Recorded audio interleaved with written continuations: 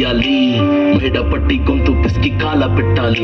నేను చెప్పేదంత లోకం మొత్తం వీణ పడాలి. మీ చెల్లి కోసం ఏ రోజైనా నిలబడాలి. నేను పాడేది పాటని కథ చిన్నారి మాటలే ఇవి. కన్నులు కల్లార తడి కాపాడేదెవరు మరి? అమ్మాయిల వాకిళ్లలోనే సంఖ్యలు బంధించి మరి రంగుల ముగ్గుల పొడి రక్తంగా మారిన పడి. మమ్మీ నువ్వు ఇంట్లో వదిలేసి వెళితే, అంకల్ నా చేయి పట్టి మీద మీద పడితే ఏమని చెప్పను నేను, ఎవరికి చెప్పను నేను.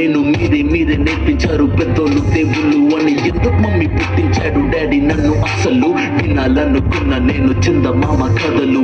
ఆడపిల్ల బాధలన్నీ చెప్పుకునే బదులు పుట్టగానే చంపేస్తుంటే తప్పుతుండే ఉసురు. చిన్న బట్టలు నేర్చుకుంటే చంపేయాలా? ఇంకెన్ని రోజులు దాచుకుంట ప్రాణం ఇలా? నేను చదువుకోవాలా లేదా బడికెళ్ళాలా? న్యూస్ పేపర్ మెన్ స్టోరీ అయిపోయా నివాలా. చిరునవ్వులతో కాలం గడపాల్సిన చిన్నారి మనిషి అనే రంగేసుకున్న క్రూర మృగాలకు బలైపోయింది.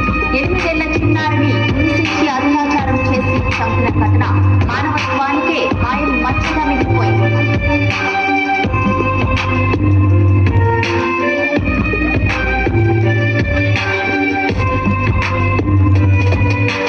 విలేజ్ పిల్లాన్ని కాలేజీకి వెళ్ళాను, డిస్టింక్షన్ కొట్టేసి డిస్ట్రిక్ట్లు దాటాను. సిటీకి రాగానే సిటీలు కొట్టారు, నల్లకున్నానని నేను నవ్వుల పాలయ్యాను. తల మీద చీవిసి దీవించే గురువులు, నడు మీద చీవిసి కోరారు పరుపులు. జింక పిల్లలాగా నేను తీశాను పరుగులు, చనిపోయిన కూడా మీద పడ్డారు పురుగులు. ఏదో సాధిద్దామని క్లాసెస్ కి వెళ్తే ఓ వ్యక్తి లవ్వంటున్నా వెంట పడనే.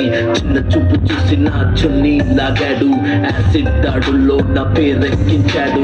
రోడ్డు మీద రేపు చేసి రోకల్తో చంపారు. ఇది విన్న మా డాడీ కుక్క పెట్టి ఏడ్చాడు. క్యాండిల్ పట్టుకొని వాకింగ్ చేస్తారు, క్యాండిల్ ఆరిపోగానే ఇంటికెళ్ళిపోతారు.